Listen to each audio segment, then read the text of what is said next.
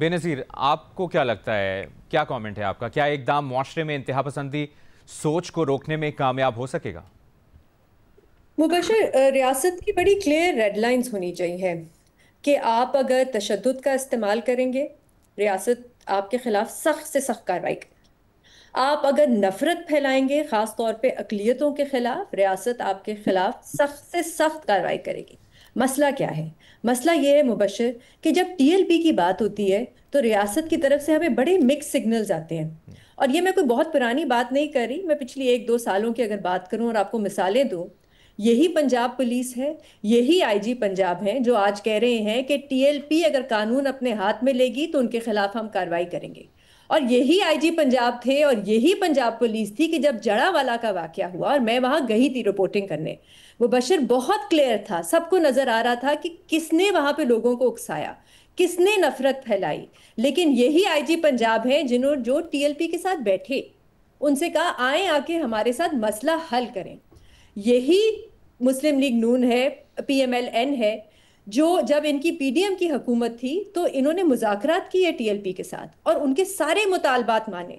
आज कहते हैं उन पे पाबंदी लगा दें। और मुझे मुबशर ये बात ज़रूर करने दीजिएगा कि यही पंजाब हुकूमत है जो हमारे मुल्क में जो इंसान है, उनकी कुछ आईनी हकूक हैं, पाकिस्तान के शहरी हैं, 2 सालों से उन पे हमले बढ़ते चले जा रहे हैं और सबको पता है उसके पीछे कौन है। एक अल्फाज नहीं सुनेंगे आप पंजाब हुकूमत की तरफ से, एक अल्फाज नहीं, बिल्कुल खामोशी। बल्कि 10 अक्टूबर को वहां पे हमला हुआ उनकी इबादतगाह में, किसी ने कुछ कहा, मुझे नहीं पता उसके पीछे कौन था, लेकिन किसी ने कुछ कहा।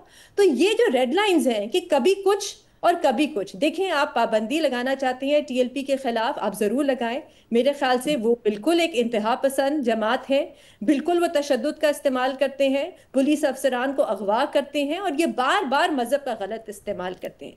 लेकिन यहाँ पे एक सवाल जरूर बनता है मुबशर कि आप अगर पाबंदी लगा देंगे तो क्या वाकई में ये जो नफरत फैलाई जा रही है, ये जो तशद्दुद का इस्तेमाल किया जा रहा है, ये रुक जाएगा? क्योंकि हमने देखा है माजी में कि यहाँ पे तंजीमें होती हैं जिन पे पाबंदी लगाई जाती है, लेकिन वो बाद में फिर से आ जाती हैं, नाम बदल के आ जाते हैं, इलेक्शन भी लड़ लेते हैं और रियासत जो है वो बिल्कुल खामोश रहती है। या मुझे इस सवाल का जवाब दे दें कि क्या पाबंदी लगाने से जो अकलियतों के खिलाफ नफरत फैलाई जाती है वो रुक जाएगी? यहाँ पे सिर्फ अकलियतें नहीं, यहाँ पे एजाज बैठे हैं, एजाज से पूछे टीएलपी ने उनके साथ किस तरह उनको निशाना बनाया। यहाँ पे सहाफियों के साथ भट्टी साहब बैठे हैं, मैं बैठी हूँ, हमारी ट्रोलिंग जिस तरह की गई जब हम जड़ावाला पे बोले।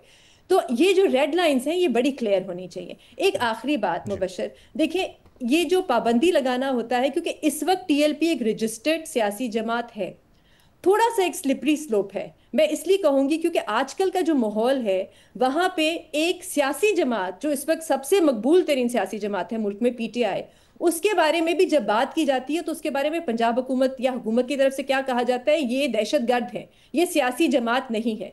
तो मुझे एक छोटा सा यहाँ पे इतना खौफ है कि ऐसा ना हो कि ये जो वजह इस्तेमाल की जा रही है टीएलपी पे आज पाबंदी लगाने के लिए, क्या ये कल सियासी जमातों पे पाबंदी लगाने के लिए वजह इस्तेमाल की जाएगी या नहीं?